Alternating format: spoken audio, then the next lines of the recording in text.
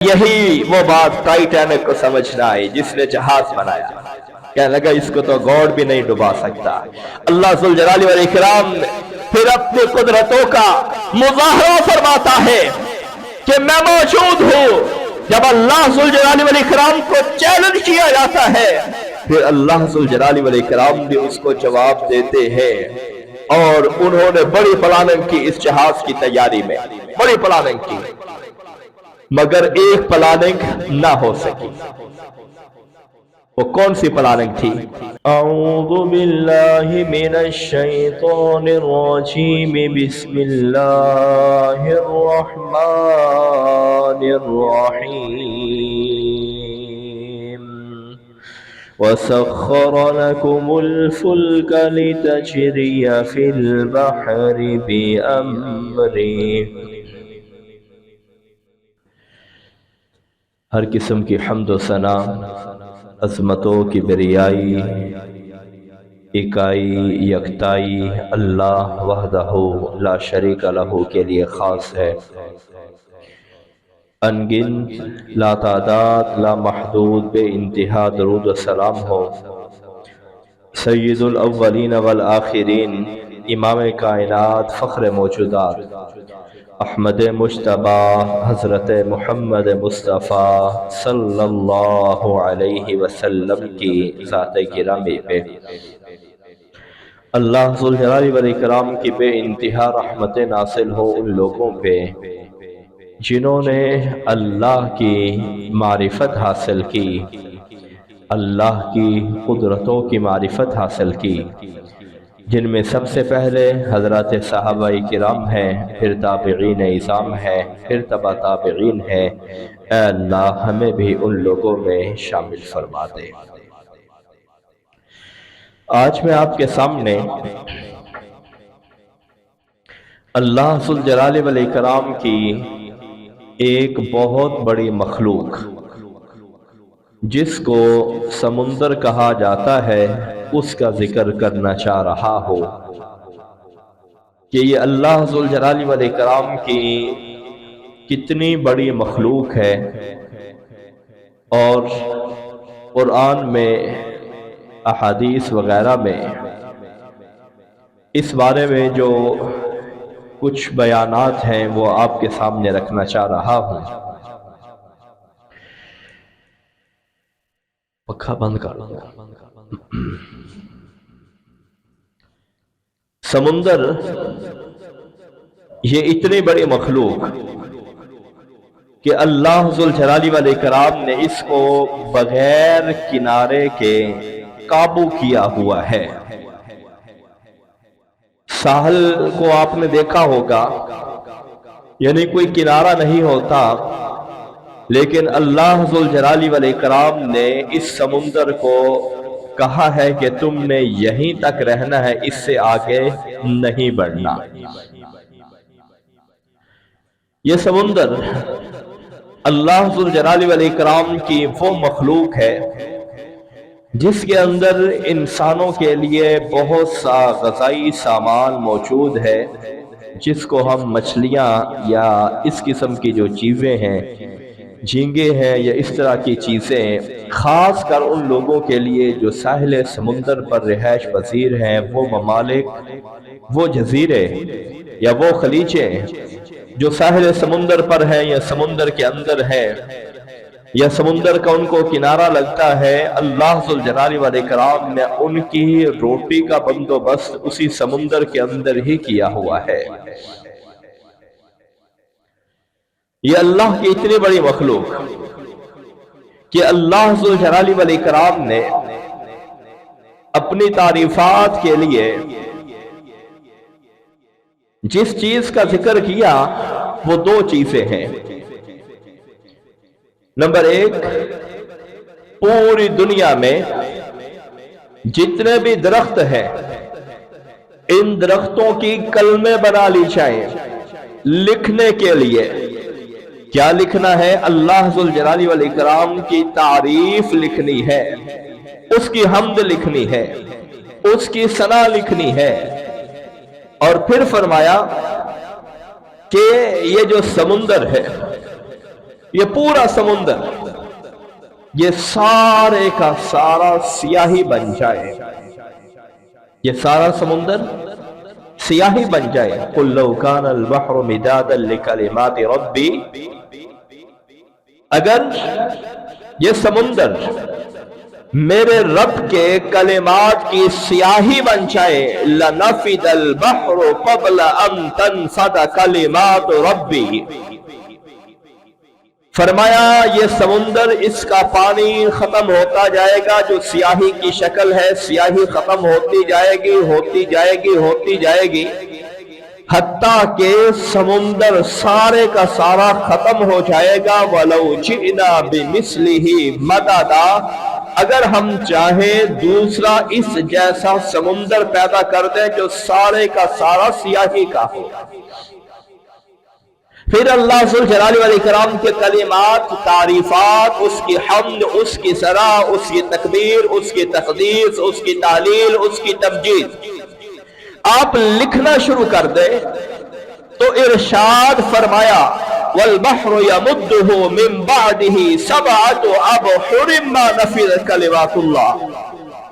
ایک سمندر سارا سیاہی کا بنا، اس کو ختم کر دیا گیا، دوسرا بنایا اس کو ختم کر دیا گیا، تیسرا بنایا اس کو ختم کر دیا گیا، چوتھا بنایا، فرمایا 7 سمندر بھی وہ سیاہی بنا دیے جائے، اور اتنی کلمے موجود ہو اللہ کی تعریفات لکھتے چلے جائیں لکھتے چلے جائیں، کلمے ٹوٹ جائیں گے، گھس جائیں گے، سمندر یہ سیاہی کی شکل میں یہ ختم ہو جائے گا، لیکن اللہ ذوالجلال والاکرام کی حمد و ثنا ختم نہیں ہونے والی.